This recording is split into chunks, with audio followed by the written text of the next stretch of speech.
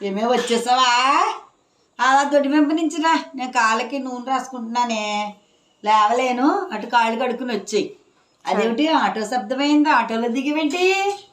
అదా అత్తయ్య గారు, అది మరి మీ అబ్బాయికి స్వెటర్ కొందామని వెళ్ళాను అత్తయ్య గారు. దొరికిందే, మంచి రంగే తీసుకుందావా? స్వెటర్లు దొరకలేదు అత్తయ్య గారు. అది అంత బజార్లో స్వెటర్లే లేవా? బాగాలేవు అత్తయ్య గారు. మరి ఏం చేసి వచ్చా? అదే చెప్తున్నాం కదా, ఈలోగాను మీ అబ్బాయికి ఫోన్ వచ్చిందని బయలుదేరారు.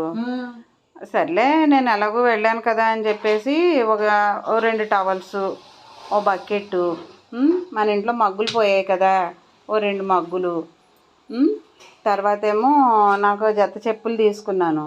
మేమే డాక్టర్ చెప్పులు పోయాయి అంటున్నారు కదా, డాక్టర్ గారిని అడిగితే అలాగే ఇవ్వలేదు కదా అని ఓ జత చెప్పులు మీకు. తర్వాత ఏమో ఈయనకు ఖర్చీఫ్ కొన్నాను అత్తయ్య గారు. ఇవన్నీ ఎవరు కొనమన్నారు?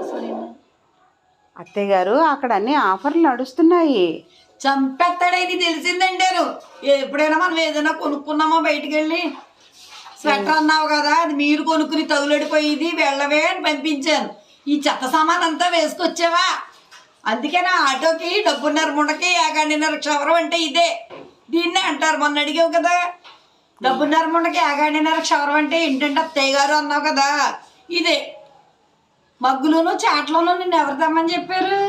అదేంటి మరి ఆఫర్లో పెట్టినప్పుడు తేవద్దా? మనకి ఎందుకు వచ్చిన ఆఫర్లే అవన్నీ, ఆయన తెచ్చి పడేస్తారు కదా ఇంట్లోనూ. ఇప్పుడు ఎందుకు వాడికి స్వెటర్ లేదు? అది రేపు ఇంకో షాప్కి వెళ్దాం అంటున్నాను అత్తయ్య గారు. రేపు ఇంకో షాప్కి వెళ్తావా? మళ్ళీ ఇంకో బండి వేసుకొస్తావా? కొంపలో పెట్టుకుందుకు చూడట్లేదు. నువ్వు అసలు వెళ్ళొద్దు, వాడినే తెచ్చుకోమంటాలే. ఫోన్ లేదా సరదాగా వెళ్తావు ఈ వంకని వాడితో కూడా అంటేను. సరే, వాళ్ళు ఎవరో మీటింగ్కి పిలిచారు కదా, అక్కడికి వెళ్ళొచ్చారా, మళ్ళీ వాళ్ళు రాలేదంత మాట వస్తుంది. వెళ్ళాను అత్తయ్య కదా, అసలు ఏం జరిగిందో చెప్పనా మీకు? ఎందుకు అంత నవ్వుతున్నావు? కాదు అత్తయ్య గారు, వాళ్ళు